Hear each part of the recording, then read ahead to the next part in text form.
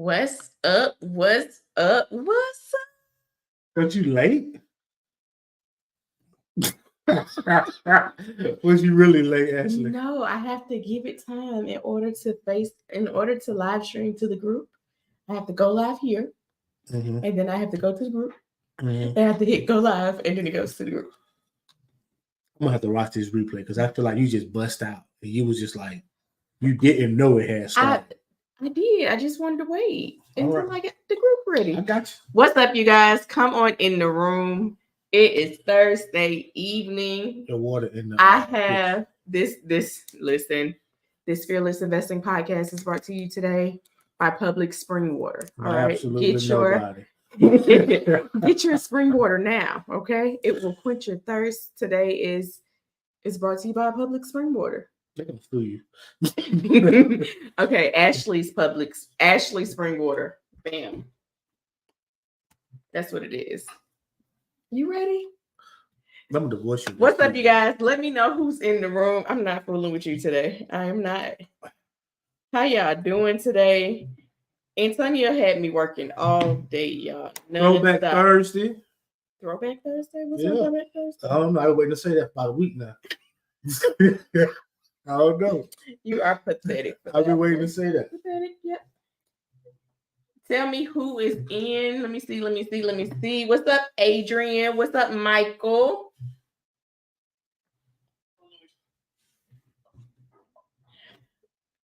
What's up, Chris? Remember, y'all, while we're doing these podcasts, make sure you're asking your questions. What's up, come on? Most of the people we bring to these podcasts are busy people. They are experienced people. They just don't talk for free, y'all.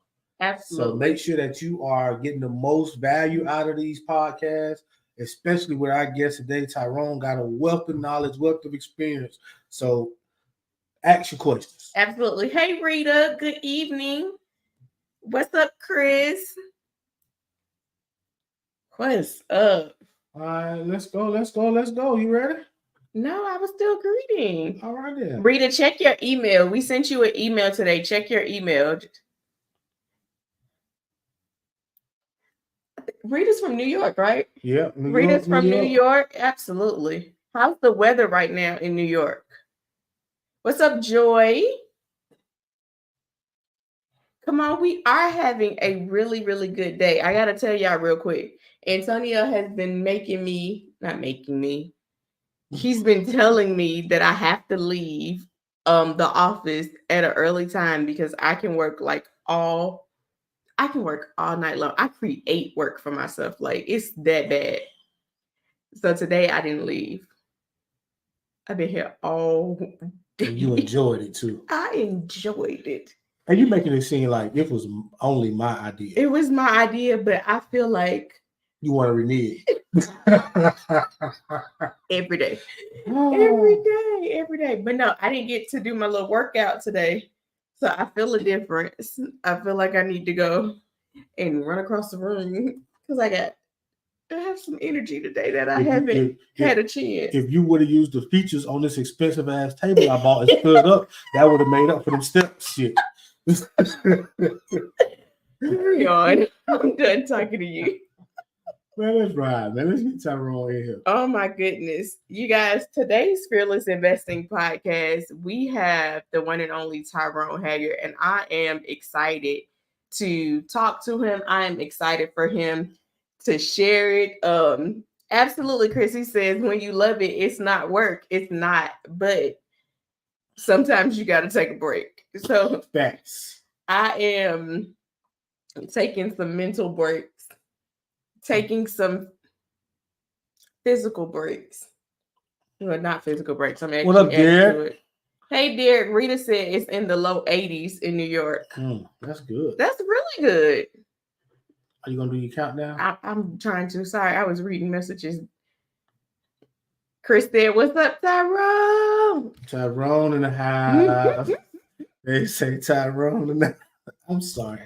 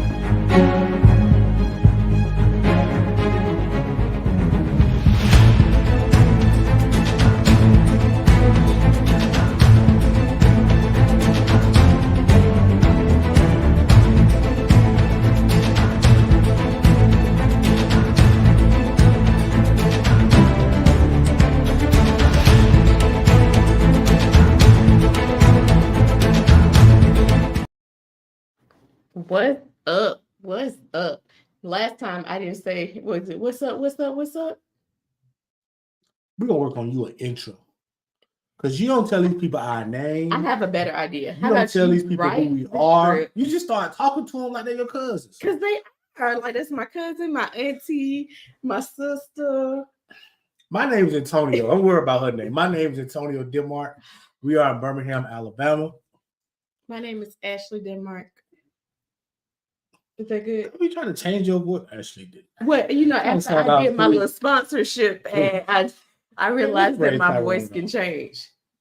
What's up, you guys? I am super excited, super geeked to bring on the one, the only Tyrone. You gonna do the song? Tyrone. I already did it. We gotta do it right now. Ready? Go. What's up, Tyrone? What's up? What's up? What's up? What's up, Denmarks? Nothing much. How are you today?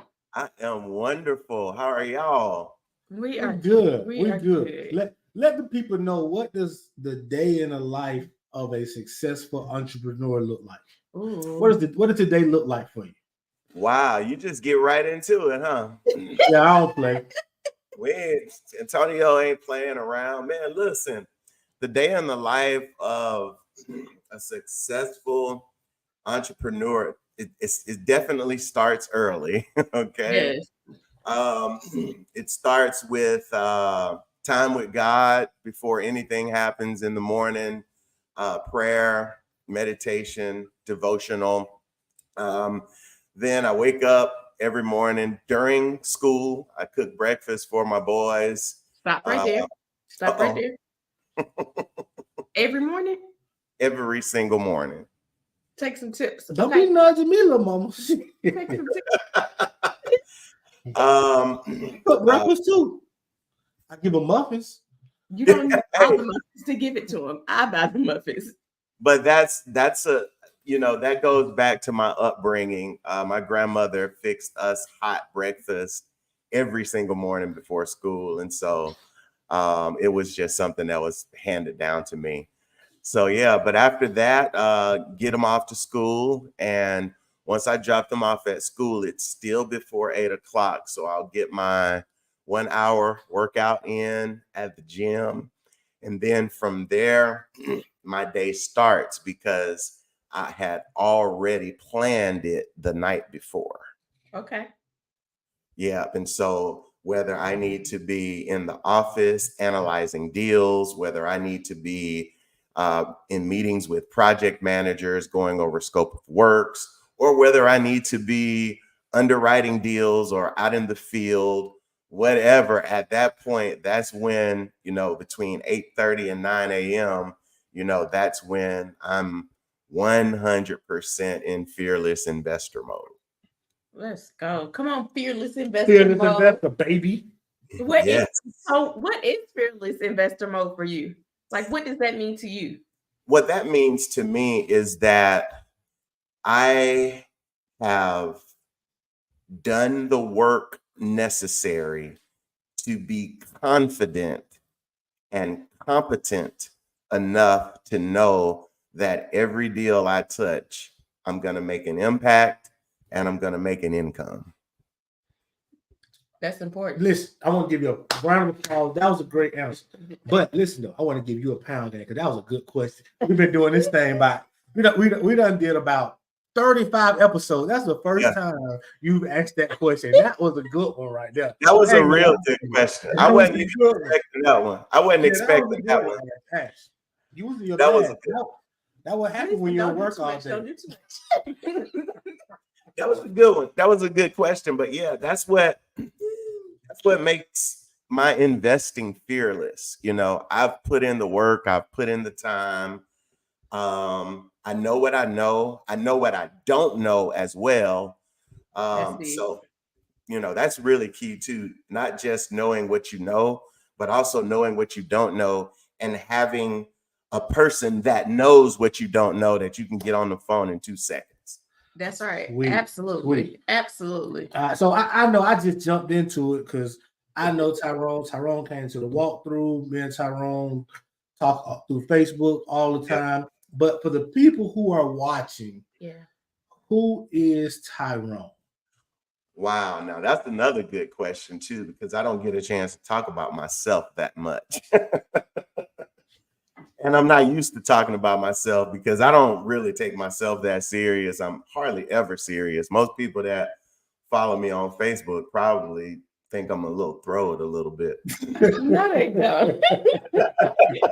But anyway, man, I am, I'm an original like country boy, born and raised in a little small town in central Mississippi called Satarsha, Mississippi. Nobody probably ever knows about it, but it's a little town right in between Yazoo City and Vicksburg on Highway 3 in the Mississippi Delta, right where the Mississippi Delta begins. And man, I grew up in probably one of the best, most loving, hardworking families, which is why, I'm a man of God first. I'm a family man. I'm a husband.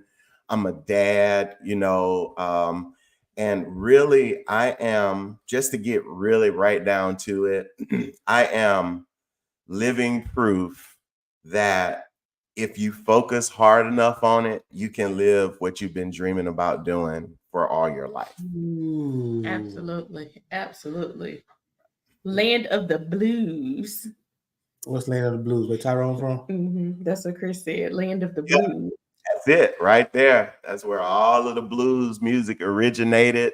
And I was growing up around a lot of them, sitting around the lakes and ponds. And back then in the old days, they call them juke joints. They didn't call them clubs. Juke joints. Absolutely. Juke joint. Yeah. All right, so I know you just came back from speaking, and I know you do that all over the country. Yep. From a real estate standpoint, tell me some of the accomplishments that you've had that make people invite you out to speak at their events. Well, I think it's a combination of not only some of my accomplishments, but it's a combination of the different areas of real estate that I'm a professional in. Very rarely will you meet a person that is a licensed home inspector and has, owned a home inspection company, a licensed contractor, also a licensed realtor as well, and then also an accredited investor that just so happens to have a PhD in teaching. So in my former life being a college professor, so now I'm getting an opportunity to be able to share the knowledge that I've gained over 2 decades in real estate, put them in understandable strategies, proven strategies, and share them mainly with real estate professionals. I do a lot of speaking to existing real estate professionals, and then, mostly high level investors, not starting off, but that are looking to get to the next level. Man, y'all believe in certificates in Mississippi. Man, that's a lot. Y'all believe in certificates, baby. Wait, that was deep. It really wasn't a certificate thing for me. I've always wanted to be a very, very high level real estate investor. And one of the ways that I was going to be a high level real estate investor was to not just understand all of the dynamics of the real estate, residential and commercial real estate industry, but also be licensed in those arenas for credibility. That's a man. That's a man with a vision. I can't tell you. I want to always be a high level. But let me ask this question. I don't have time to fool with you today. Let me ask this question, Tyrone. When you were a professor, what did you teach? What did you profess? Are you really want to know? I do. Are you serious? Are you sure? If y'all want to know what Tyrone, African American studies. Wait. I need to know in the chat. Put a heart in the chat if you want to Or know. at least guess. Let them try to guess. Let them guess. Okay. Let them guess. Guess and tell me which I think Tyrone. We'll get 2 or 3 guesses. I'm a guess. I'm a guess. African American studies. Okay. What you guess? I'm thinking accounting. Accounting. That's a good one. That's a good one. That's a good one. Y'all put it in the chat. Let me know. That's a good one. Well, my camera is not good enough for you to see my doctorate degree behind me. But engineering. Anyway. Okay, we got engineering. We got English. English professor. Oh boy, this is finna be hilarious. Y'all come on. Theology. That was a good one. Oh no, somebody cheating. Who said theology? Joy, you don't count. No, get off of there. That's somebody that knows too much about me. Yes, I taught theology. I have a doctorate of theology along with my business degrees as well. Let's go. So what's theology? Really? The study of God. I didn't know that. You didn't know that was called theology? I think I may be talking about African American studies. I don't even want to know what you thought it was right about now. I didn't know. That's why I asked the question. So yeah, it was. I taught the Old Testament, New Testament, things about the Bible. Mostly, it's called biblical exegesis. Basically, how to read and understand the Bible, and then in turn, how to turn around and accurately teach what you understood. So it's very interesting. Nobody probably would have ever thought that I have a theology degree with this, how much I curse and act a fool. So when I was in college, I went to FAMU, and one of my cousin's childhood friends just like appeared one day on campus, and he was studying theology. And it was crazy, like listening to him talk, because he knew entirely too much. And I couldn't relate in college. Remember, I would tell you about Carl? And so that's why you knew. Yeah. Well, I didn't know until just then, but that's why I knew what theology was. Yeah. Carl used to drive me crazy. And I would be spooked sometimes talking to Carl.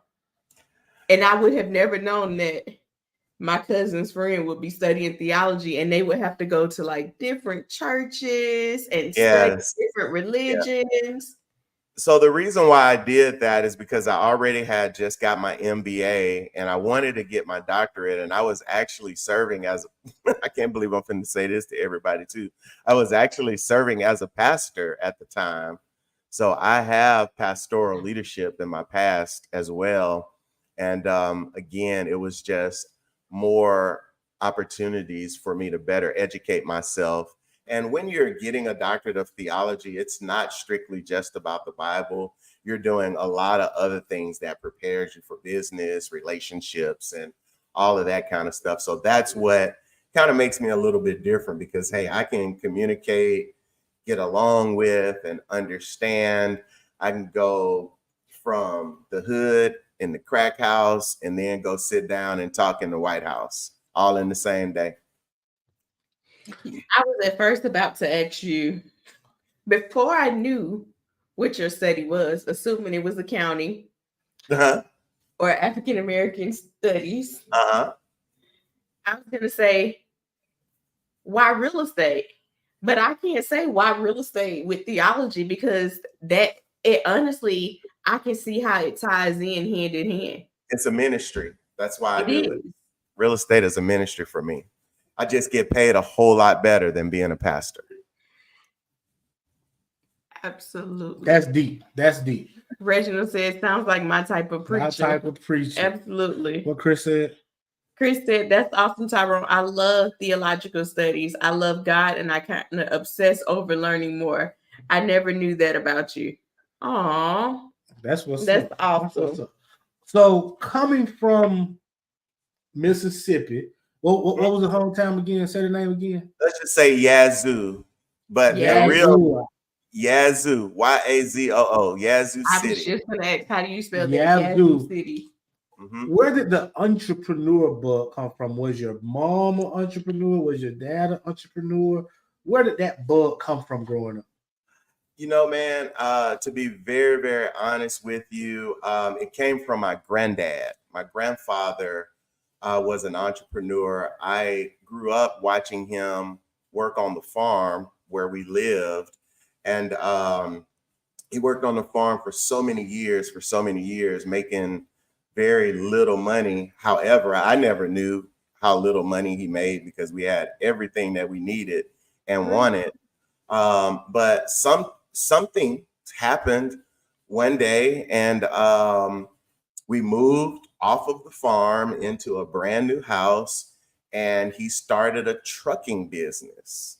And I'm Okay. like, wow, okay, we just did that and like that. And then from there, a couple of my uncles got in business with him. And I was like, okay, I saw that. But then one of my aunts, which really was like my mom, she was a real estate agent. And I got a chance to see, the flexibility that she had in her schedule whenever I needed her to be somewhere. She wasn't stuck to a 9 to 5. And I'm like, okay, she sold houses. It seemed like everybody loved her. Everybody knew her in the community. So I saw those things growing up in a real little, rural town. And it was just something that I liked. And I always wanted to be in real estate as long as I can remember. Wow. Absolutely. Yeah. Oh, What's up, Matthew? hey Matthew, I can see how that can change you, especially a mom, a auntie that's like a mom. Like Yeah. that freedom is crazy to be able to say, "Hey, can you come pick me up?" And they're like, "Okay, I'll be there in 10 minutes." All It right, was so crazy. It was crazy. let me tell you something real funny. My 4-year-old, if you ask him what his mama do for a living, she don't work. I don't Mama have don't a got no job. job. I don't. Mama We only had, daddy work. Mama okay, don't work. we had an argument, well, not an argument, but we had a debate the other night. I said something, and I was like, "I don't go to work. I gotta go to the office." And he said, "You don't work. You don't have to. Like, what are you talking about?" Yeah. I'm like, Yeah. "Dude, I work harder than your dad." Like, And that's how it is. That's how it is. Actually, my wife is an accountant. Delonda is an accountant. She's the one that has the accounting degree in the family. Um, it's always but more. yeah, but my 10-year-old now, Aiden, he knows better now. Same thing. Anytime they had stuff at school, fun runs, or your dad is dropping you off Chick-fil-A for lunch. Like, what is your dad do for a Dude, living? You know what they was telling their friends? what were they telling We them? don't know. He just snoops around people's houses and stuff. That was the best. That was the inspector side. That was when I was embedded deeply into home inspections. They was like, I don't know, he just be up in people's houses all the time, checking their stuff out. And I don't know, but I was like, guys, I'm a home inspector. I'm a home inspector. I'm a home inspector. Y'all gotta stop. I'm a black man, so y'all gotta have some. You gotta tell them. It's gotta be something legit that y'all gotta Oh my say out of God. y'all mouth as to why I'm able to have this time freedom. Come on, we gotta do better. Oh man. Big facts. Oh my gosh.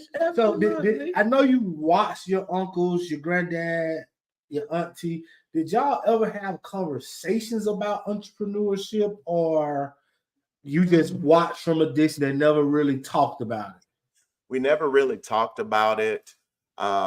Everybody else pretty much were 9 to 5 employees, except for my granddad. Um, and I saw the process, and I've always been that kid that dreamed a little bit too big, if you will. And I'm like, okay, if he can do it like this, maybe I can do it like that, and kind of coming up with my own vision and my own life that I wanted to live and have for myself. So no, to be honest, the entrepreneurial education that I got was through school and through trial and error. So that was the thing that set me back, probably. If they could have articulated it to me a little bit better, or we could have talked about it. I don't know if they understood how to bring forth the conversation. Absolutely. Yeah. Absolutely. Yeah, one thing I do want to say to people watching. So, like, I know I got a lot of my students on here, Joy on here, Chris on here, Rita on here, Nikki on here. Yeah. The thing that I really want everybody to pay attention to is that it's got to start somewhere. Mhm. Somebody in the family has to be that trendsetter that takes a risk that changes the direction of the family. And I know it's scary. Oh, absolutely. I know it's financially uneasy, but you have to always remember your younger generations are watching. Your nieces, your nephews, your cousins, your kids, they're watching. It might not be a conversation. You might not never talk about it, but they're watching, and you have to do your part to help your family. Because if you're on this call, you got the bug. You have been the one tapped on the shoulder to change the direction of your family. And if you don't do it, there's no telling when the next person gonna come along in the family that's going to do it. So you got to be the one that set that tempo and start. You ain't got to build $1 million portfolio. Just start a small portfolio so that somebody up under you can dream. Somebody up under you can do what Tyrone just did and say, hey, my uncle or my auntie did this. I can do this. Absolutely. Absolutely. I kind of wanted to change directions just a little bit. And no, I want to kind of touch on, what do you talk about with your kids? Like, since that conversation wasn't had because it was outside of the normal, they probably didn't realize what they were experiencing at that moment either, to even put it as a conversation. What kind of conversations are you having now? Because I already know your kids are amazing. Yes, I'm blessed to be my 4 kids' dad.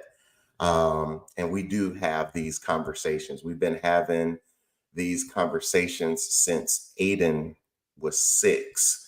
You may see a Facebook post that I recently made that said, "My legacy is my motivation."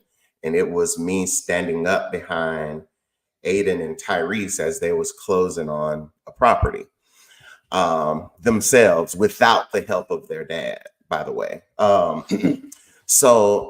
Yes, we have had those conversations. We have those conversations in depth all of the time around the table. They go to the houses with me. They understand the process. My daughter is 22. She probably owns more real estate than any adult that I know. Wow. Absolutely. And I'm gonna say, I probably have never said this out loud until now, but I'll go ahead and say it. Every course that I've created, every seminar content that I've written it with leaving my playbook to my kids in mind. Absolutely. Yeah. Absolutely. So I write my content. It benefits everybody else, but when I'm writing, when I'm documenting strategies and systems and adjustments that I've had to make through trial and error, and as I solidify the 4-pillar system that I work off of as a high-level real estate investor, I'm literally cementing my legacy of success for them to come and repurpose as the generations of real estate change. I'm just laying the foundation for them, basically, to be able to build higher off of what I've done. Absolutely. That's what it's about. That's it. Absolutely. That's it. Absolutely. What's up, Ebony? Oh, I missed all. You done missed a whole lot. I did. Breaking chains and making claims. Absolutely, Chris. Absolutely. So in real estate, what is and I'm pretty sure you do multiple things, Mhm. but what's your main area of focus in real estate? Do you like Project management. multifamily? Huh? Residential project management. Residential. Okay. Why I'm a res- residential? guy. I'm a residential guy because, I don't flip houses, okay? I transform communities. That's a big thing for me. Yes, multifamily is a thing. That's just a money making thing for me, multifamily. But the impact that I make in not only the citizens' lives, but the life of the community happens around me transforming communities in the residential space. Basically, at the end of the day, my goal is to raise the comps in any given neighborhood as high as I can possibly get them. Absolutely. Mm. Absolutely. And making sure, that entire neighborhood receives a transformation and that the people in the neighborhood, their lives are changed. So it's a whole strategy to making an impact, mostly an economical impact. And I have a chance to talk about that next week when I'm there with y'all. But Well, yeah, since you brought it up, absolutely. Next week, REI Live, Tyrone will be in the place. He will be teaching on how you get started when it comes to flipping houses. How do you transform communities? mhm. And what steps he's taken. I'm hoping you're going to share your 4 pillars. I will, most definitely. Absolutely. So REI Live is Tuesday, June 18th. It starts at 6 p.m. Doors open at 5:30. We will be at Vulcan Park and Museum. It's absolutely free. So come out, come learn, come mingle, come network, come mingle and network with like-minded people, people who are trying to do exactly what you're trying to do or who have accomplished things that you want to accomplish and beyond. So make sure you're there. I'm excited about it. Chris says, I can't wait. Absolutely, absolutely. All right. I know that, but I don't say I know that. I'm gonna assume that real estate. What was your first business? What was your first business? Was real estate the first business, or did you do the home No, inspection first? my first business was a trucking company. Oddly. Follow granddaddy. Follow Absolutely. granddaddy. Yeah. Yeah. So we had Platinum Truck Lines. Got, again, inspired by my grandfather, got that up and running, got it going. And my dad and my uncles were running it, took it over. Ta-da, have that. And then it was my first business that I started in the real estate space was becoming a licensed home inspector. Yes. Ooh. What? Taking us back there, put your memory cap on. Yep. Did you have any fears when you started that home inspection business, or talk to us? I want to hear about that. Oh my God, dude. I was terrified. Man, I was petrified. I had went up into the attic and got this box of materials that I had bought to go through my course and take my class and everything. And one day I had went up there and got it, and I walked down and I come into the house and I told my wife, I said, baby, this box is gonna change our life. And she looked at me like, okay. You gotta show me. And I quit my job, took 30 days to go through the course, and took the test on day 42 and passed the first time. Hold on. So you quit your job history. before you even passed the test?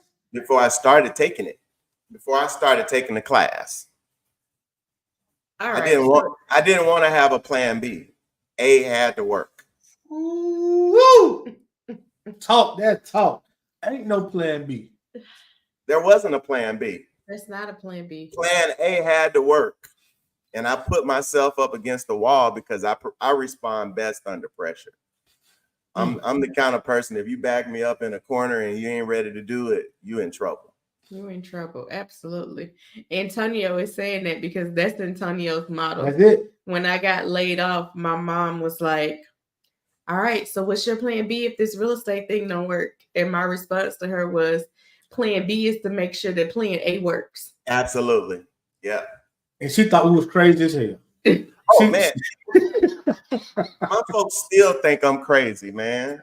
Well, they don't anymore, but yeah, it's like I was the laughing stock of the family. Everybody was waiting for me to, go back crawling in to use my degree and get a job. And, 2 decades later, plan A was the plan. That's it. That's amazing. You don't get nothing else out of this. Get that. Stop looking for plan B and plan C's, and if this don't work, I'm gonna do that. Or saying that, okay, because this didn't work out, then it means it wasn't meant. No, it means you have to try harder. It means you got to do it again. It means you just get back up and keep trying. Yeah. That's it. That was it for me, because I already had my vision for my life and for my family, and I knew what I had to do, and I knew that what I wanted to do, the type of husband, the type of father, the type of son, the type of just man that I wanted to be, I had plan A had to be that. And, I'm thankful to God that, he allowed it to come to fruition. And so here we are, 22 years later. All right. So to everybody who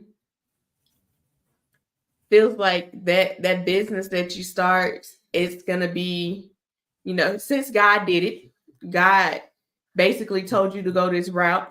Was it always peaches and cream? Oh, no, it was a very rocky road. Simply because, there were a lot of different dynamics, on top of, how safe is this podcast for me to just tell the real deal? Oh, you better tell it. That's all that we know. Okay, so I was entering into an industry in an area where there was nobody that looked like me.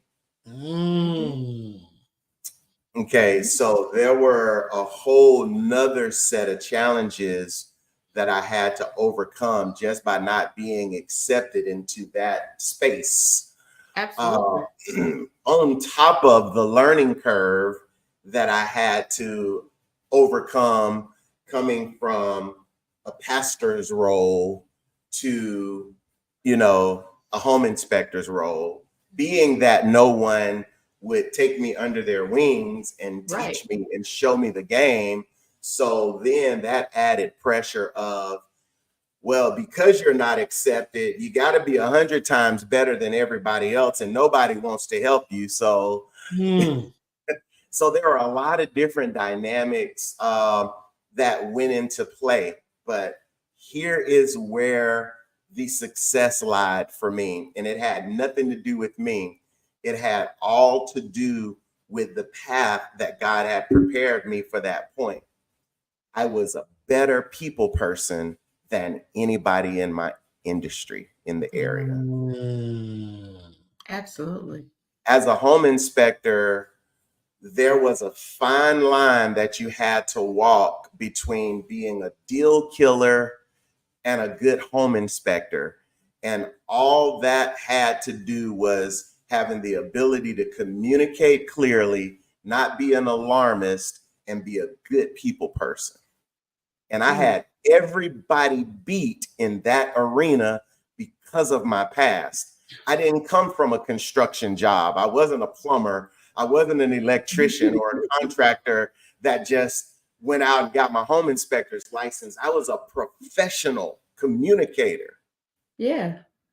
And that made the world of a difference. I didn't have any competition. Wow. I can see that. Everybody's like, make sure Tyrone does that inspection right there. Even in today, there was no competition. Wow. Even today, there is a lack of minority inspectors. Oh, totally. Even to this day, because I know probably one minority inspector. Do I know more than one? Two?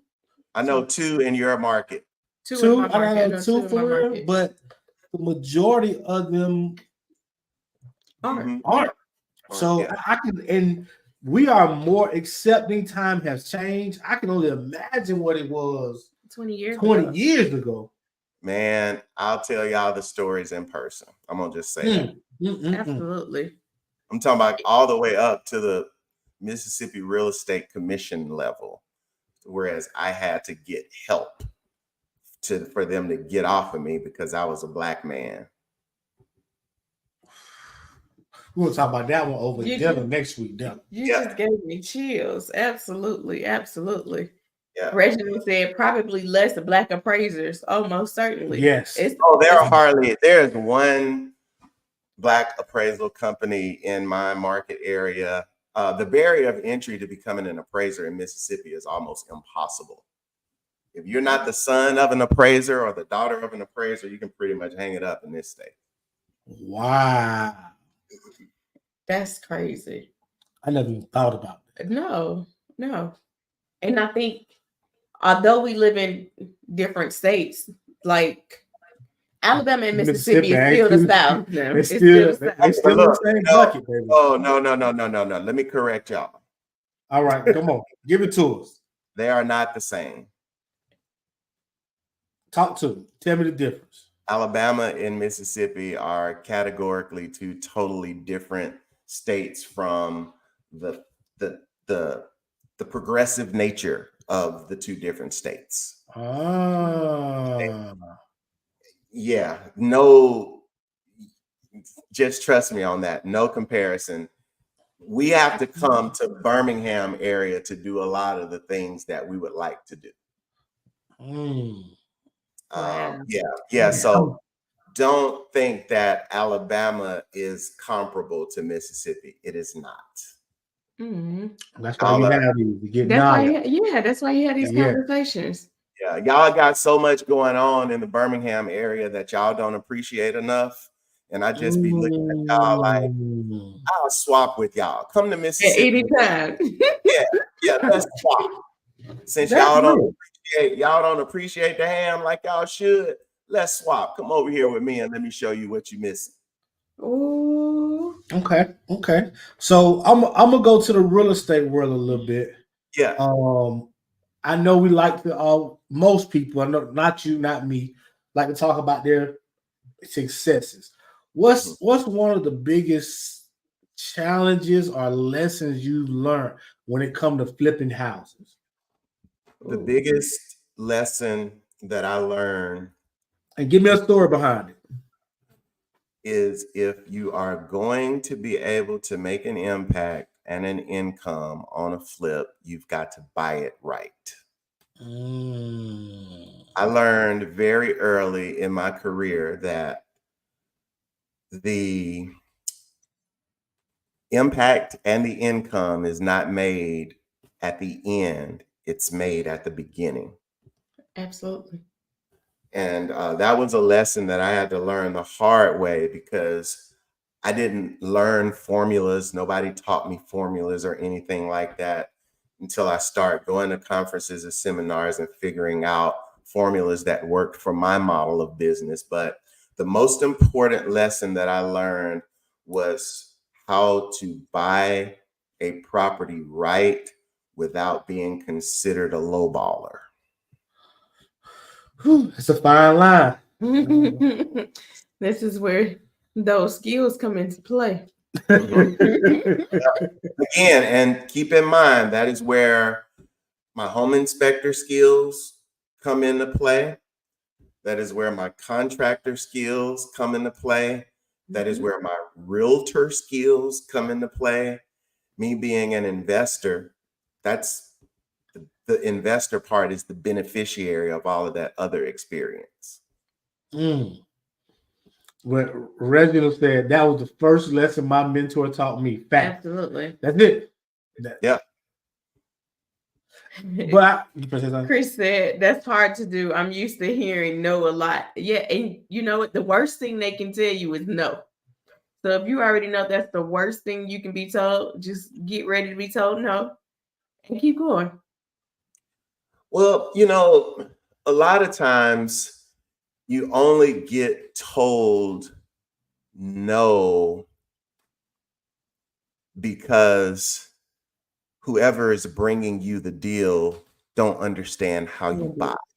Absolutely.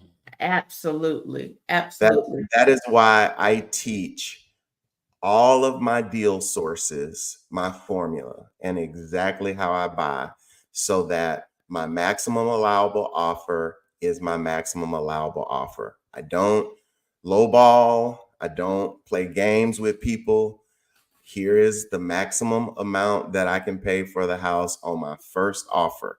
If I can go lower, let's negotiate down, but I'm not going to negotiate up ever. Okay, so for the newbies who's watching, don't have any real estate experience, Mhm. give me a little more detail behind a maximum allowable offer. So a maximum allowable offer is the absolute highest dollar amount that you can pay for the property, get it fixed up, and expect to realize whatever your exit strategy is, whether it is to retail it or to rent it. That's what I mean when I say my maximum allowable offer. Hey, I know that this is the most that I can pay for this house. If the house is decent, if the deal source is decent, I'm not going to offer less. I'm just going to go ahead and give my maximum allowable offer so that nobody has to come back to me and say, Tyrone, what's your highest and best? I gave you my highest and best the first time. That was it. Yeah. Nice. Because I don't have time to be going back and forth when I got 30 more deals finna come across my desk. Absolutely. We either gonna do it or we not. Yeah, because there's no shortage of deals coming across my desk. This is not the only one. And most people are not going to notice this, especially if they're not investing, if they're not in the market. What that tells me about you, Tyrone, is you're a very disciplined person. Mm-hmm. And I most didn't times, used to always be, though. I learned to become disciplined. Okay, Yeah, don't let me fool you. Don't let me fool you. Oh, this house is fine. I'll pay $20,000 extra, lose my socks off at closing. Yeah. And that right there takes experience. It takes trial, because there are so many that I have gotten emotional about. And Tonio's like, let's not get emotional. I'm like, but it's the deal I really want. It's not a deal. And it bites us every time because those emotional ones will hurt you financially. Absolutely. Absolutely. Yep. Totally agree. Absolutely. Chris, they need a desk like that. Maybe your wife would use the up and down feature if she get it. He was talking about Tyrone's desk, not yours. Tyrone just up and down too. What is that? Tyrone just what? Your desk. Who's talking about the desk? Does it go? Does it go up and down? It does. See, I told you. Do you use it up? I do most of the time. Well, I try to do it in the mornings, and then and then Tonio comes in and he takes over. No, seriously, my desk is really on the other side, and I have this what do you call it? Phobia organizer or FOMO. That's fear of missing out. That's what Yasmin and Antonio call it. So I slide my way over here and sit next to him, but my desk is on the other side. She hasn't sat on that desk in 2 months. As soon as we moved it in this room and added more people to the other room, I stopped sitting at my desk. Yeah. But when I was in the other office, I sat at my desk all the time. And I had a chair next to it for him. Get over here. So for my people who are on the fence about real estate investing, they thinking about it, they're really not sure. They got some fears about actually taking some actionable steps. What advice would you give those people? Link up with the Denmarks ASAP. Because had I had the Denmarks in my life back then, oh man, how much further along would I be? But no, in all seriousness, educate yourself and take action. What I just started doing, I started educating myself. I started getting in rooms. I started taking action. Education, getting in rooms, taking action. Start telling people I'm an investor. It used to be so funny way back when I didn't even own the house that we were living in. I was telling people that I was a high-level real estate investor. Ooh. And people would be like, I wish Tyrone would stop lying so much. You gotta put it into the atmosphere, though. And that is what I was doing. I was speaking it into existence. My wife would tell you this right now. After church on Sundays, every single Sunday, and this was even before we had kids, we were young, fresh, newly married. We would leave our city and go to a little Italian restaurant and eat. And that was our moment to have our vicarious conversations of our future life. We would not talk about anything current. We would basically sit there. It was our 1 hour to just pretend that we were living the life of the future. And I'd be doggone if we ain't living it right now. That was 17 years ago. And I know she thought I was crazy. I know she did.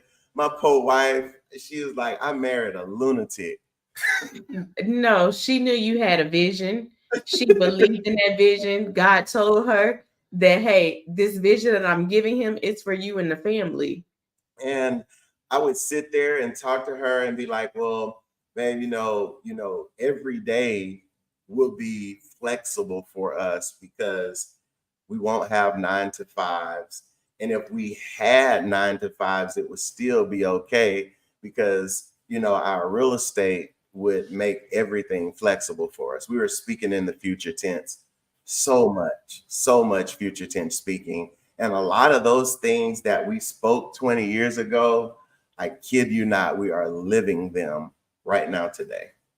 Oh, I guess I need to know this.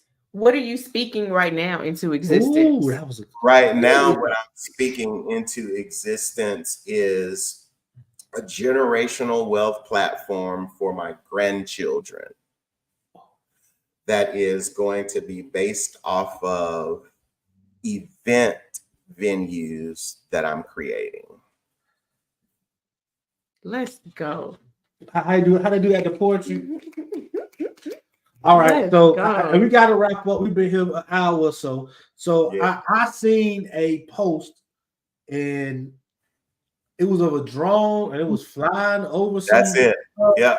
What is that? What's going on? Tell me something. So that's a part of my generational wealth building plan.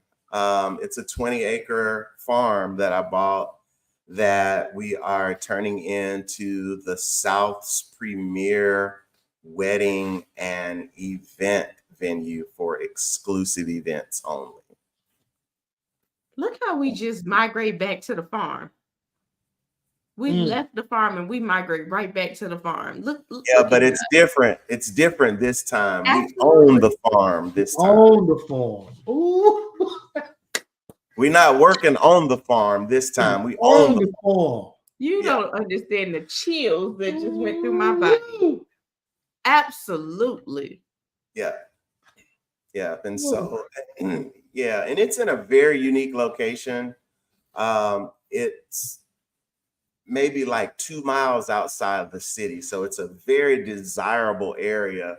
And it's great. It's got a mansion, a guest house, got a couple barns on it, wide open space. It's amazing. I almost moved in it, but I was like, you're being selfish now. Okay. You always get those. That is exciting. I am super excited. If you believe it and you can speak it and to pray God for guidance and act on it, you're going to get it. Absolutely. Every time. Don't give up. You got to read that last line. Yeah. Don't give up. Don't give up. Don't give up. I've had a million times to give up at this. Well, this is my last question. And I already might have one. No, you better pull up on Tuesday. You better pull up. Listen, this is my last question. So that notion right there. Take me back to that time You almost quit. You almost said enough is enough. enough is enough. You maybe even have said it. Ashley I quit on me. So take me back to that time and what was it like? Oh man, now this is an emotional part for me because it wasn't a situation whereas I wanted to almost quit. I almost died. Mm.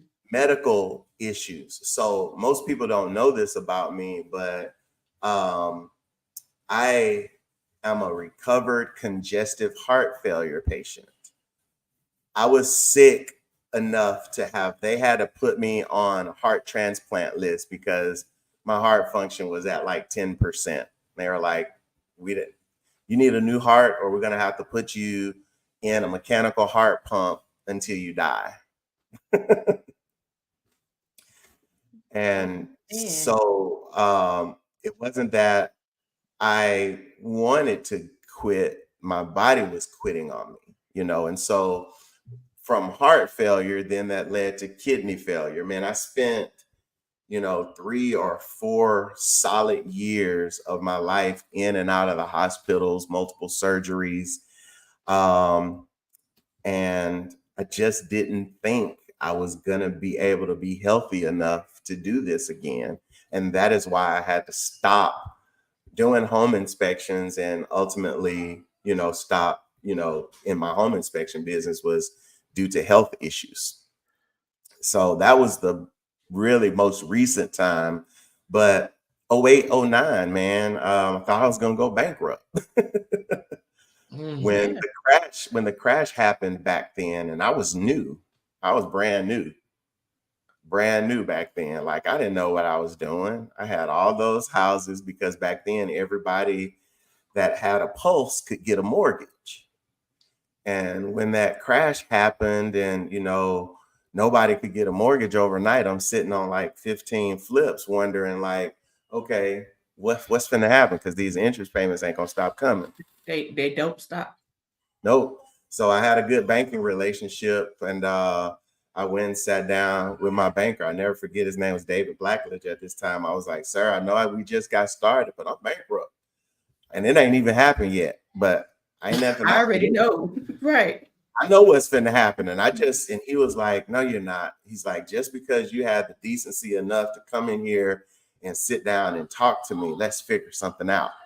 And he took, because all of my loans were on short-term loans, 12 months, because we're in and out, flipping them out. And he converted those 12 months to put them on, he refinanced them for me and put them on 15-year fixed so that I could rent them out until everything, washed out. That's right. Saved me. Wow, amazing. Other than that, dude, I was done. I was like, man, this crap will break you overnight. It will. It will. Wow. It will. Absolutely. And it was no fault of my own. It was an industry or a market issue. And I was like, man, come on. But that taught me the ability to diversify on a dime. So because people couldn't buy, well, guess what? They're going to have to do what? Rent. I still got the product that they need, whether they are buying it or renting it. Figure it out. I think that's so powerful because your experiences from 08, even though we weren't there completely, it shaped our strategies today. If I can't rent that house, I'm probably not going to buy it. It doesn't make sense to not have more than one exit strategy. Yeah. Yep. So I rarely buy super higher end properties just because it's hard to get the loans and the debt service coverage ratios. We've experienced that failure from it. Like, I'm sitting on some big houses right now just because, I do it. I like the luxury homes too, but your exit strategies are limited on those because a lot of times they are in HOA neighborhoods that don't allow you to rent them. Rent it. So you're stuck. You're stuck with that one retail strategy. Wow. So yeah, you guys started off way better than me. I'm gonna say that. Thank you. So I'm hearing I can survive a recession. I can survive illness. Absolutely. I can have kids. I can be a husband. And still be a successful real estate investor. Because I'm a successful real estate investor, I can be all of those things. Most certainly. I ain't got no more questions. Like I don't even like, you know how like you look at a tidal wave in the ocean, like that's like my emotions right there. It's like yeah, that's what I really say to my kids when we're talking, because I'm a successful real estate investor, and not in a bragging way or a boastful way, but in the most humble way. Because I'm a successful real estate investor, I'm able to be present as a husband, present as a father, as a son, as a grandson, just as a friend, and be able to do things that a lot of people that I know can't do. And, I appreciate the ability to be able to do all the things that I'm able to do simply because I was fearless at investing. Absolutely. Boom. Drop the mic. Now that's a fearless investing podcast. Right? Absolutely. That's it. Tyrone, if the listeners wanted to get in contact with you, what's the best way to reach out to you? Through you. There it is. So if you would like to get in contact with Tyrone, make sure you DM us. We'll make the connection. But make sure, most importantly, if you are in the Birmingham area, that you make it to REI Live Birmingham Tuesday, June 18th. Tyrone will be in the place. He'll be there teaching you his 4 pillars, how to transform a community. So make sure you're there. Agreed. Doors open at 6. Doors open at 5:30. Event starts at 6, and it's absolutely free. So do whatever you got to do to get in the room. He coming, Jessica. We bringing him. We already on the same page, Jessica. Absolutely, the magic happens in the room. So don't beat down his DMs and ask him, "How do I do it?" Get in the room and find out how you do it. Yeah, and the reason why I said through you guys, I respect your platform. I respect what you guys do, and I do exactly what you guys do. And, I want your people to reach me through you. That's just out of respect. That's just out of respect. And to that comment, we are, if you don't know us, we are heavy believers in collaboration over competition. Absolutely. Like that is who we are. That is our foundation. So yes, Tyrone does exactly what we do, but it doesn't bother us to introduce him to y'all. Yeah. Because what's for us is for us. Yes. What's for Tyrone is for Tyrone. Yeah. So that's that abundance mindset, man. It's more than enough for everybody, but we can get more for everyone. We can get more of it together, though. Agreed. So I'm gonna put you on the spot. Do it. The property's in Hoover, right?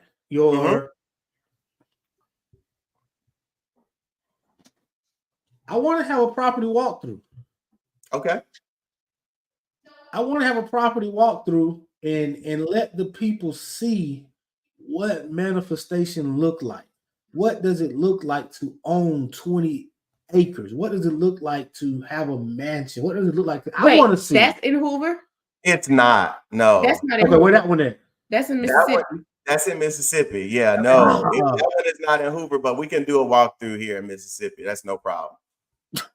Hey, listen, wait a minute now. We'll do it now. We've been talking about all y'all have to do is just come. I have everything here that y'all have there. You don't even have to bring your videographers. Just bring the young lady that I met. What's her name? Yasmin? Yasmin. Yeah, don't leave her. Bring her for sure. We gotta bring her. We're going to without her. Just the three of y'all, and I'll have my videographers and my camera crew. I mean, we can do it. Yeah, I wish it was in, man, if that place was in Hoover, I'd be sitting beside y'all doing this live podcast. That's what's up. But I'm gonna try to make that happen because I want to take my kids out there. I want them to see something like that. I want them to see something different, and I want them to see that it's possible. Oh yeah, so don't be surprised. We're not talking to people. We gonna set a date. We're gonna come, and if people from Birmingham want to come, they can come. If not, it's just gonna be the Denmarks. No, I mean, if people from Birmingham want to come, man, we can set it up and we can turn it into like a one-day conference right there on site if they want to. Listen. I know. I mean, I hope we got that. It's just a matter of us setting it up. I mean, let's go. Okay. I know the time is gonna come with us. Absolutely. If we come down, and Marcus and Jessica coming. So it'll be we're gonna get out of here, man. Y'all, thank y'all for watching. Thank y'all for supporting. Thank you, Tyrone, for sharing with us today.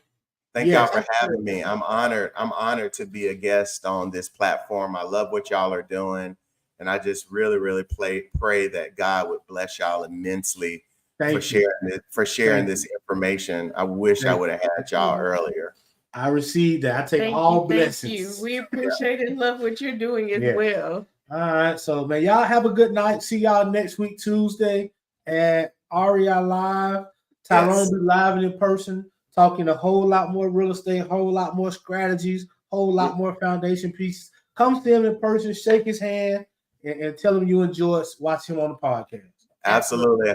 I'm looking forward to it. Me too. All right. Love you guys. Peace. Peace.